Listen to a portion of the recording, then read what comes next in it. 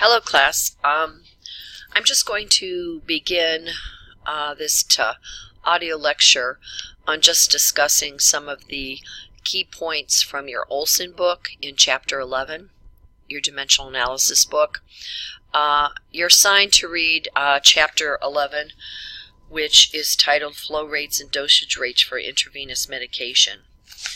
And I think the important thing is just to consider about how much we have to know about IV medications, because if you think about it, it is a rapid access to a patient's circulatory system, so the effects of that medication are going to occur very quickly.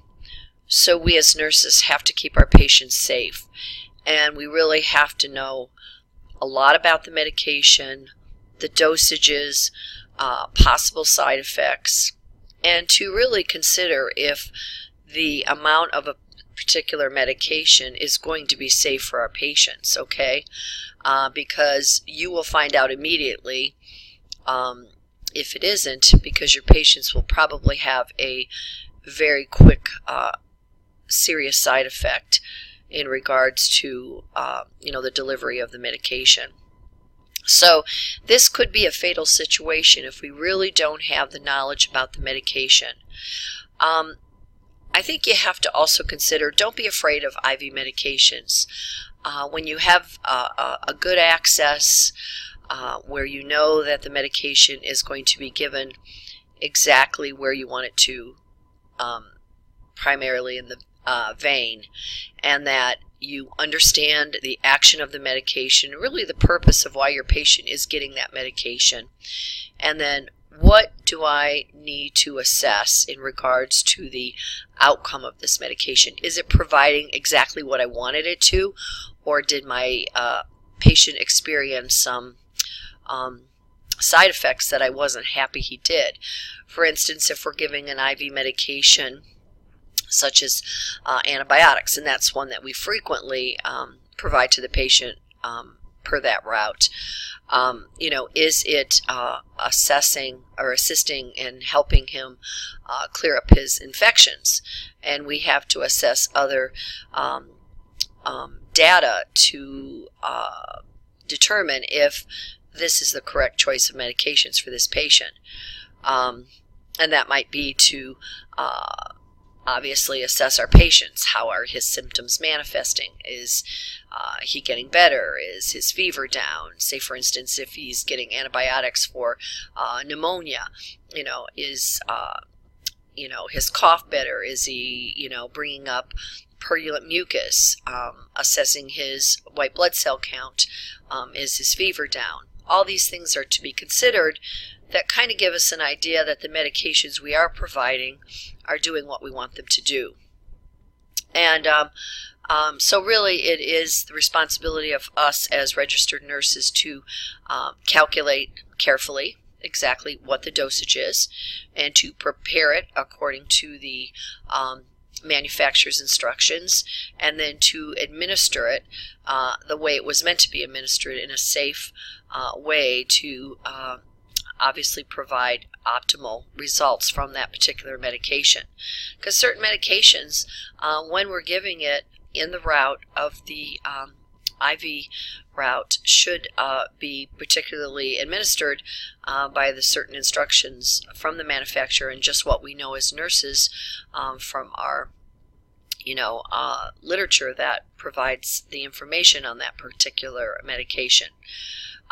We talk about two types of IV fluids: primary, which is continuous fluid to the patient. Patients may have a bag of IV fluid that's going constantly,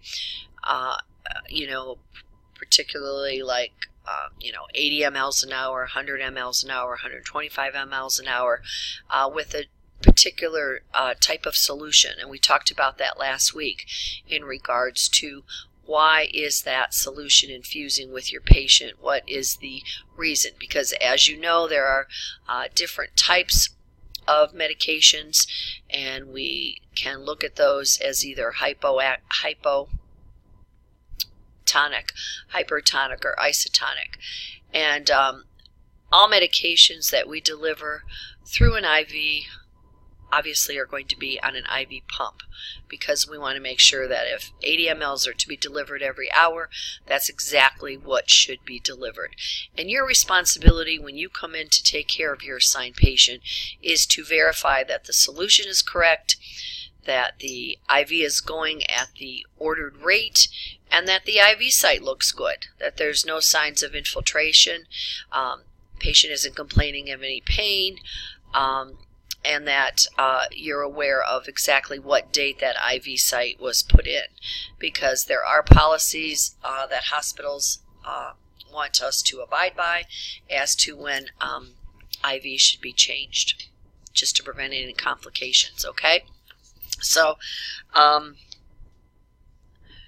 so typically that primary IV line does provide continuous fluid to the patients. And what's nice is the way the tubings are set up, you can actually provide what we call a secondary line that can be attached to that primary line, and that can either be continuous or intermittent. So what do we mean by that? A lot of times an additional fluid or medication may be delivered to the patient, and we can what we call piggyback that into that primary IV solution. Or we may provide a piggyback medication maybe every 4 hours, every 8 hours, every 12 hours, depending on what type of medication it is and for particular purpose that we're administering it for. And with intermittent IV piggyback infusions, the bags can generally hold about 50 to 250 milliliters of fluid. Those may have medications and really designate how long those are to infuse over a certain period of time. For instance, an antibiotic may be required to infuse over a half hour, or maybe some of them may be required to infuse over an hour. It just depends on the type of medication that we are administering to our patients. I've given also particularly like a potassium piggyback medication. Maybe there's 20 or 40 milliequivalents in maybe a 200 milliliter bag of normal saline, and that may infuse over 4 hours. It might give 50 mLs over an hour, and that'll take 4 hours to infuse. So it just depends on the type of solutions that you are infusing when we're providing our patients a secondary line. And as I said before, they're referred to as piggyback, or you might see it written in all caps as IVPB, which stands for IV piggyback. So that's kind of how we label that secondary line, okay? The one thing that is huge in regards to primary and secondary lines is the fact that those two particular solutions, they're going to definitely come in contact with each other. So the one thing that you need to be sure of as a nurse, that are those two solutions compatible, okay? And many of the units in the acute care setting do have charts that can give us that information, that a particular solution is compatible with a certain secondary solution that you may be administering to your patient. They also have it in the electronic medical records in regards to compatibility, because say for instance your primary IV might be normal saline, and it might have an additive such as potassium chloride. Well, you might be administering, let's say, an antibiotic, and you want to make sure that that antibiotic that you're infusing in the secondary line is compatible with that potassium chloride. It's probably compatible with the normal saline, but because it has that additive in there, it kind of changes the whole thing. So you want to make sure that those two solutions will be compatible. Because what can happen is sometimes when you have an incompatibility of two solutions, you might see some clumping in the tubing, or your patient may have some kind of ill effect from the incompatibility of whatever two solutions are infusing. Now, a lot of times too, your patient may not have a primary line, and you might just have a patient who has what we call a saline lock, okay, which needs to be assessed and needs to be flushed before you would administer this particular IV solution. Now, it wouldn't be a piggyback because you don't have the primary solution anymore, but it definitely would be an IV solution that maybe you would infuse over a certain amount of time depending on what kind of a solution it is.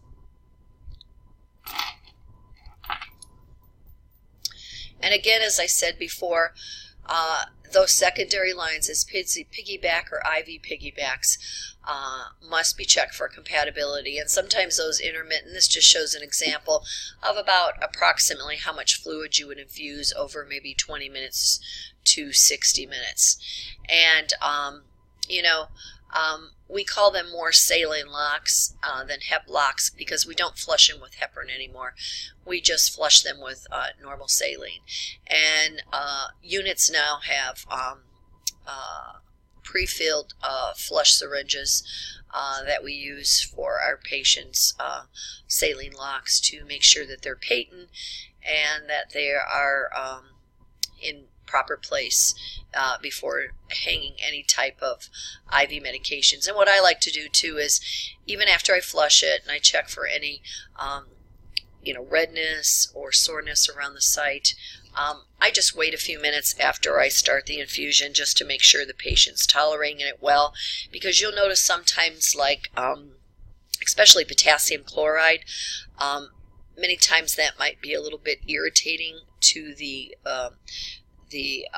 skin there, and patients may complain a little bit of burning. It doesn't mean that the IV is infiltrated or anything like that, but many times it's just because it's somewhat of a potent infusion, and you just want to make sure your patient's able to tolerate that and that it's definitely infusing in the vein like you want it to.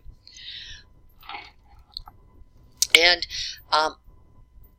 along with an intermittent IV solution through a saline lock, you may also be able to provide an IV push or bolus, where you actually have the med drawn up in a syringe and you just hook it into the lure lock and you provide a direct injection of medication into the vein.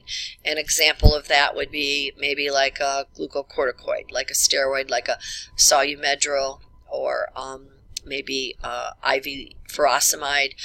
You're providing your patient a diuretic, but you always want to know, are there any particular nursing interventions you want to provide to make it a safe delivery for your patient.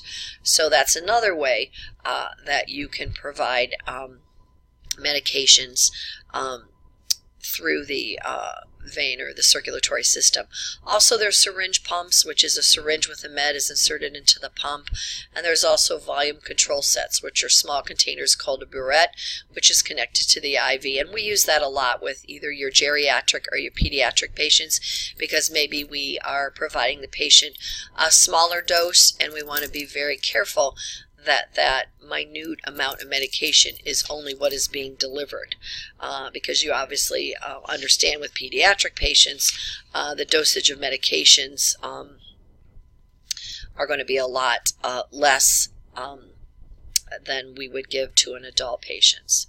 Okay.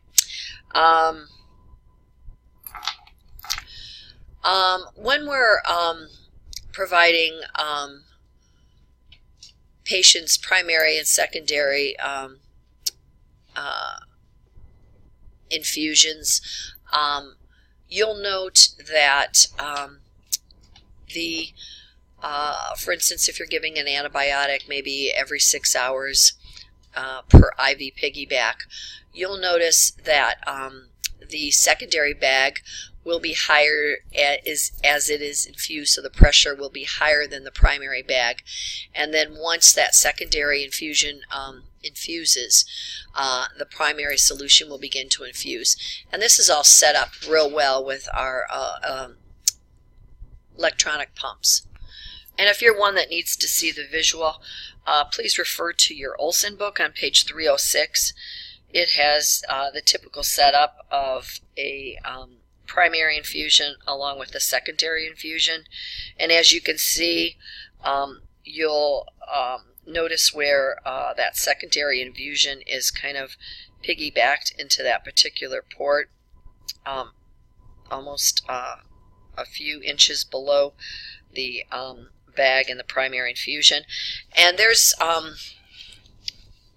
specific tubing that you use when you're going to use a secondary bag.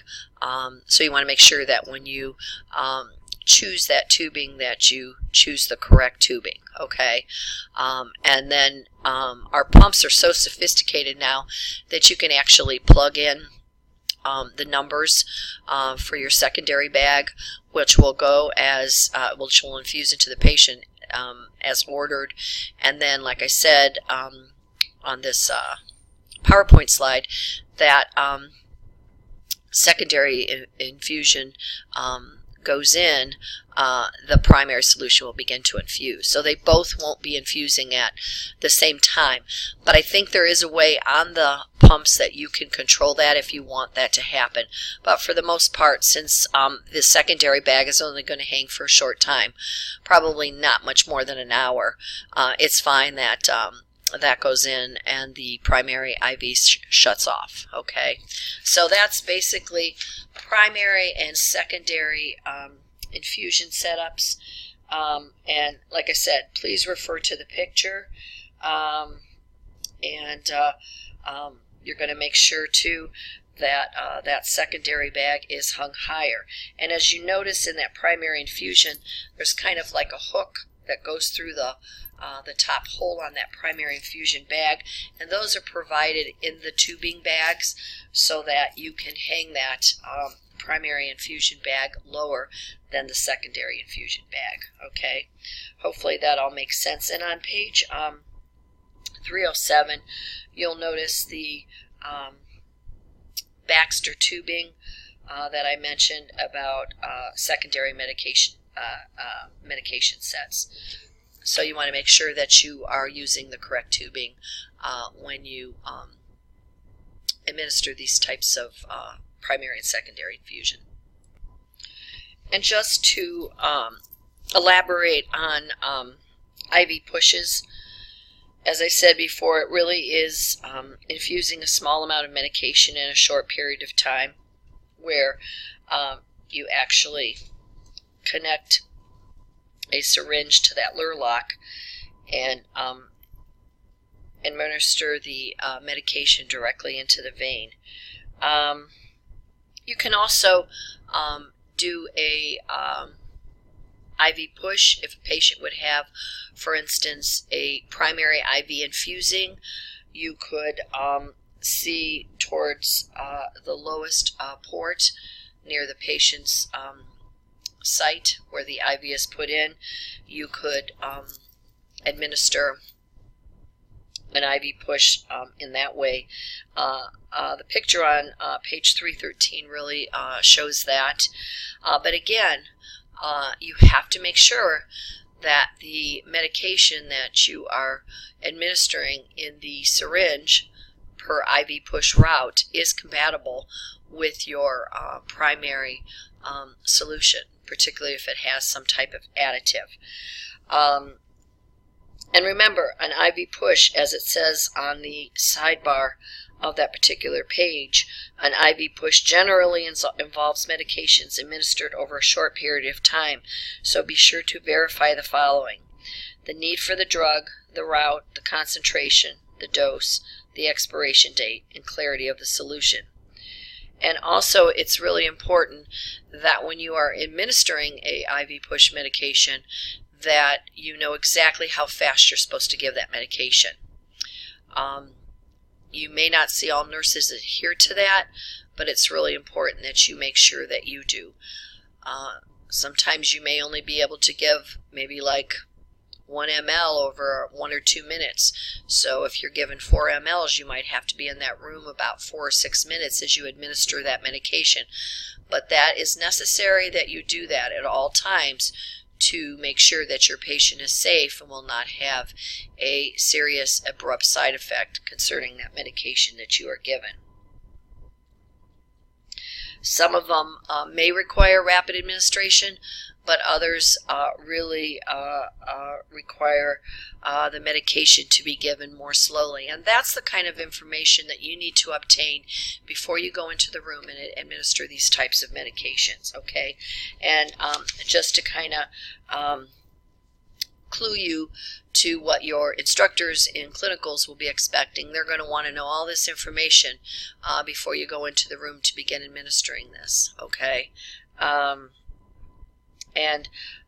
You know, you want to be able to have control over that syringe as you administer that, so you are giving it to the patient in a safe way, and which is exactly ordered by the manufacturer, okay? So just wanted to kind of stress the importance of that. It's always about patient safety, okay?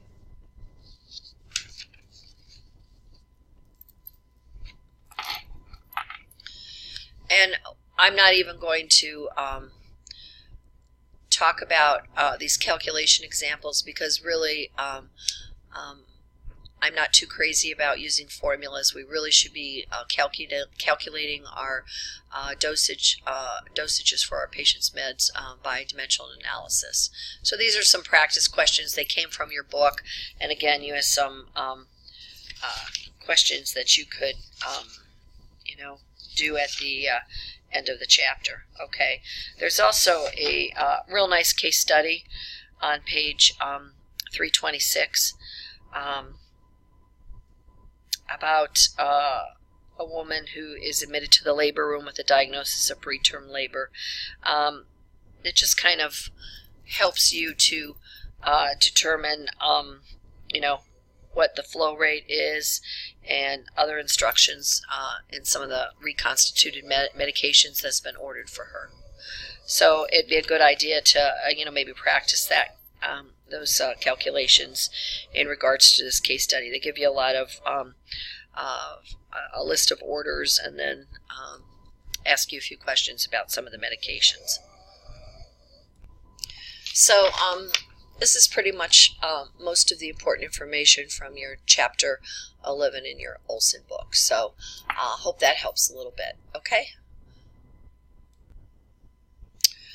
All right, I'm just going to summarize some of the medications. There aren't a whole lot this week in regards to the prototypes that we're going to talk about. The meds this week have to do a lot with some of the GI problems, and I created this little worksheet with questions related to your reading and probably what you're going to learn in your lecture with Dr. Berman. I know I'm not teaching the pathology or the pathophysiology of some of the GI disturbances like peptic and duodenal ulcer and some of the other problems that you might, you know, discuss in your class, because obviously ours is more concerned about the medications to treat this disorder. But I think it's really important that you understand a little bit about the pathophysiology and why we provide, or why these medications are being ordered for your patients, okay? Remember just a few little review points regarding normal anatomy and physiology. Within the stomach, remember you have chief cells, and those secrete pepsinogen, which is an active form of pepsin, and then you have the parietal cells, which secrete about 1 to 3 liters of hydrochloric acid, which secrete that intrinsic factor, helps to absorb vitamin B12 to prevent people from developing pernicious anemia. And then your enteroendocrine cells secrete gastrin, which stimulates acid production by those parietal cells. And remember, you have the small and the large intestines, and those first 10 inches of your small intestines is your duodenum. And remember, peptic ulcers are the most common disorders of the duodenum. And remember, first 1 to 2 meters of the jejunum is the site of the majority of nutrients and drug absorption. So just kind of reviewing some of these important things, and then it makes sense when we start talking about the medications, okay? The large intestine contains host flora, major site of water reabsorption, does not secrete digestive enzymes, nor does it have an enteroendocrine cells to secrete hormones. It secretes mucus. And the colon reabsorbs water and electrolytes from waste material and excretes the remaining fecal material from the body. It harbors a lot of bacteria, a lot of fungi, and anytime we see a disruption of those secretion of fecal materials, that is pretty much known as what we know it today as diarrhea. The large intestine may be the site of therapeutic or adverse drug effects, and that's why you might see those side effects from the medications that are ordered that can cause either diarrhea or constipation. And that's where we might give medications to prevent or kind of rid the person of diarrhea, give anti-diarrheals, and either laxatives if the patient is constipated. So just a little quick reminder about that. And then, of course, the whole physiology of the accessory organs of digestion, including all, things like your teeth, your tongue, your glands, your pancreas, your gallbladder, and your liver. And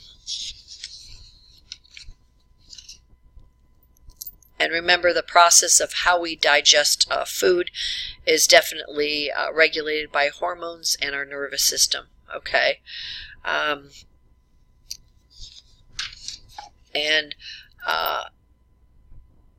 Remember that the small intestine is the longest portion of the alimentary canal, and it's the first organ for absorption.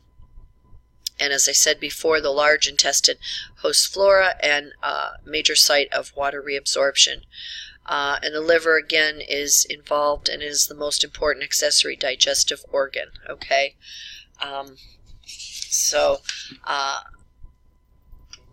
As I mentioned before, some of our patients develop such things as irritable bowel syndrome, which can kind of manifest as more of a spastic colon, where a person can start to have abdominal pain and bloating, excessive gas, and really complain of a lot of colicky cramping. And it can go anywhere from diarrhea to constipation and a lot of mucus in the stool. And stress is usually not a cause for people that develop irritable bowel.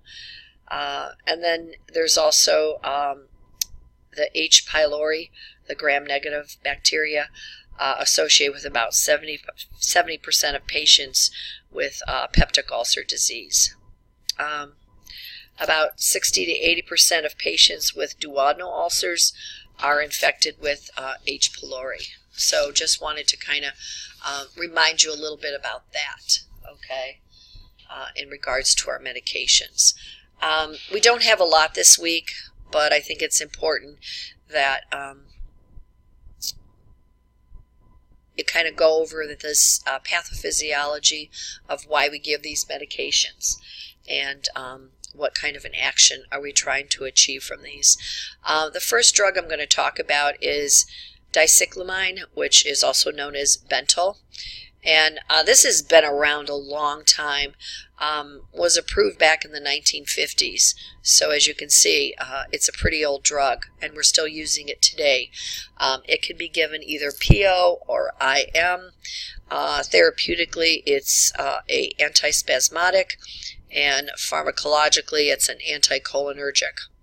And what it does is it really helps reduce a lot of those bowel spasms that people may have, like with irritable bowel, and it is definitely used to treat irritable bowel. And it actually helps to relax smooth muscles and slow down peristalsis. And because it is an anticholinergic medication, it may produce some of those anticholinergic effects: dry mouth, blurred vision, drowsiness, urinary hesitancy, and even tachycardia. So again, knowing your patient's medical history, especially about the bowel and his urinary or her urinary history, assess other medications that the patient may be taking, assess labs, and just check out their abdomen, maybe do a quick abdominal assessment on your patient. And just make sure that the patient is not having any allergic or adverse reactions to the bentyl. Okay, the next medication is sucralfate or carafate. This is a therapeutically anti-ulcer medication and is used for peptic ulcer disease. It's a PO med, short-term therapy. Usually if someone is diagnosed with peptic ulcer disease, it's suggested and recommended to take this medication for up to 8 weeks, and requires an acid medium to work effectively.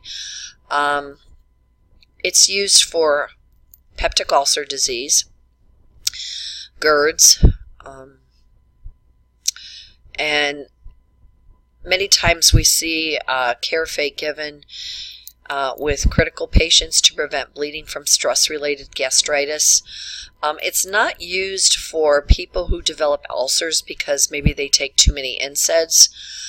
And what this med really is made up of is sucrose and aluminum hydroxide, which kind of stimulates mucus and bicarbonate and prostaglandin secretions, all of which kind of enhance mucosal defenses. It provides a thick barrier to coat and bind the ulcer, protecting it from further erosion from acid and pepsin to definitely promote healing. Some of the adverse reactions that may happen, and there really aren't too many with sucralfate, is constipations.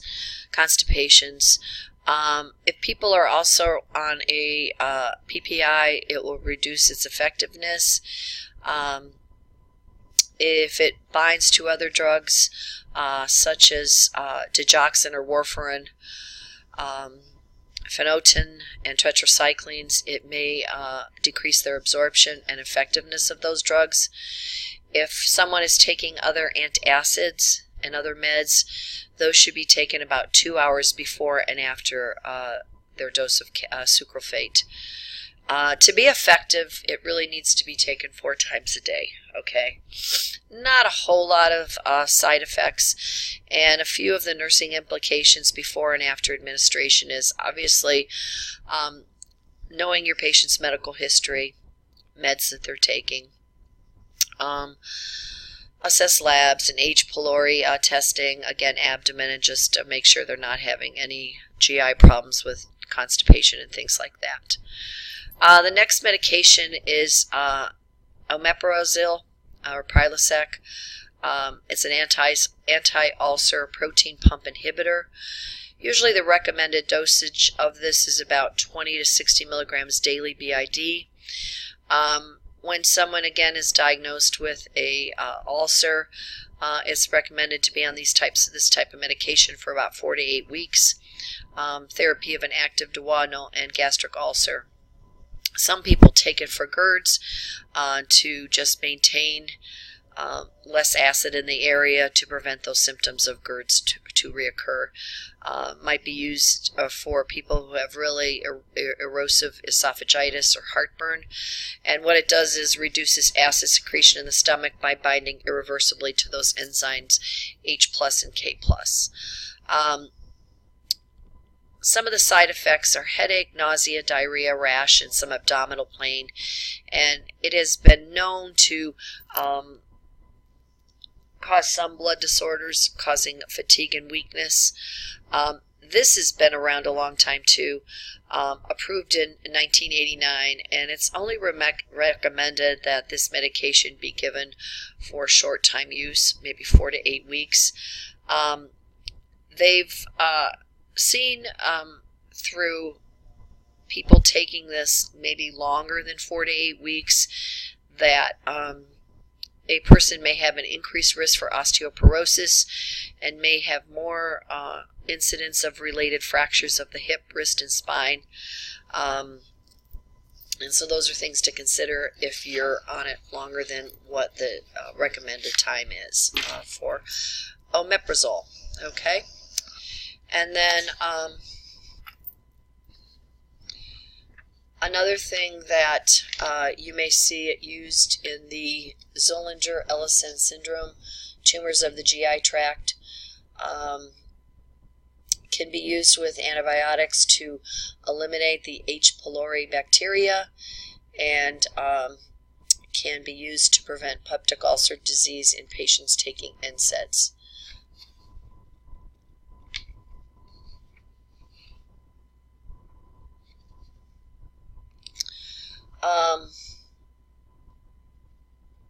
It inhibits the final pathway involved in acid secretion and effectively inhibits the active protein pumps. One thing that I wanted to point out that's kind of a little bit of a different type of side effect is Prilosec has been linked to C. diff. Not real common, but it has known to cause that problem, killing out all the normal flora in the bowel. Not used in kids under 2 years of age, and obviously used with caution in liver patients. Can cause increased blood levels of warfarin, Valium, phenytonin, and carbamazepine that we talked about last week, and can reduce the effectiveness of Plavix. Used with Coumadin, it increases bleeding risks. So, affect viability of iron salts, digoxin, ampicillin, and due to the fact that they need a lower gastric pH. Also, vitamin B12 deficiency may occur due to the fact that they need an acidic environment to absorb vitamin B12. And ginkgo and St. John's wort decrease the plasma concentration of Prilosec or omeprazole. Okay? Again, pretty much the same nursing implications as we talked about with the previous medications. The next one is ranitidine or Zantac. It's an anti-ulcer.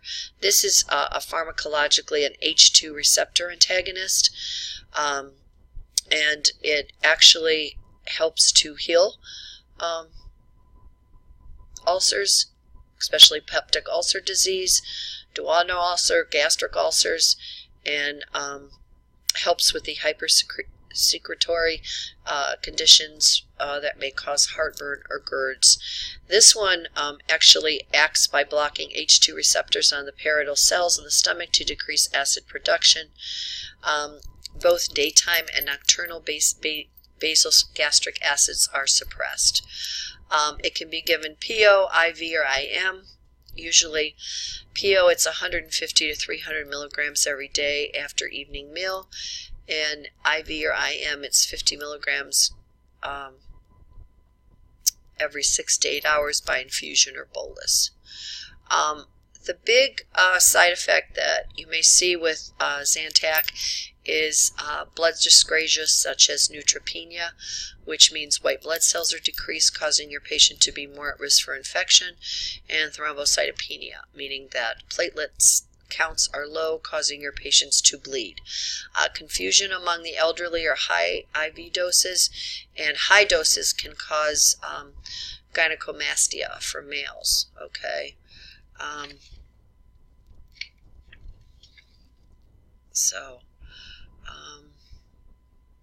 What else? And then also, let's see.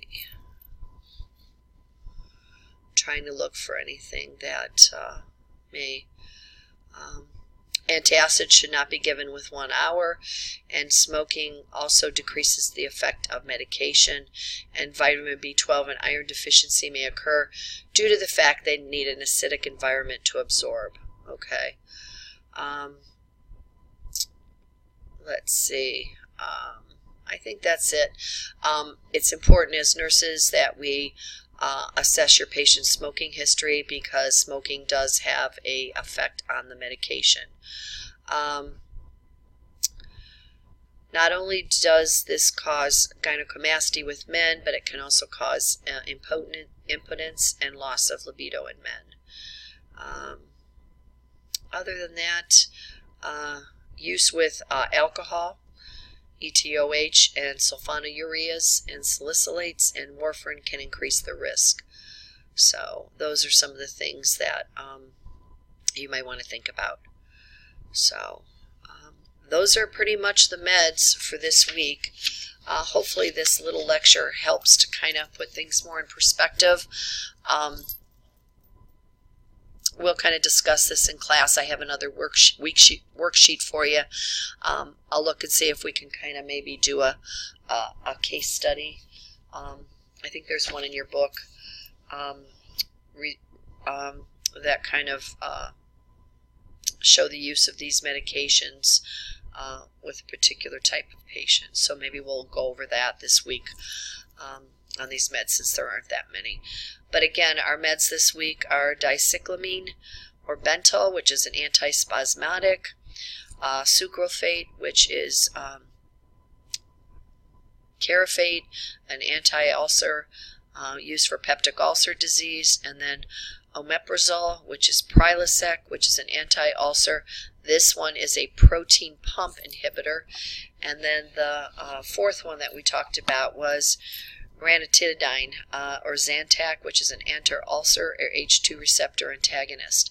So that works a little bit differently than your PPIs, okay? So I hope this helps, and if you have any questions, let me know. And I hope you have a great day, and I will see you all on Tuesday. Thank you for your time.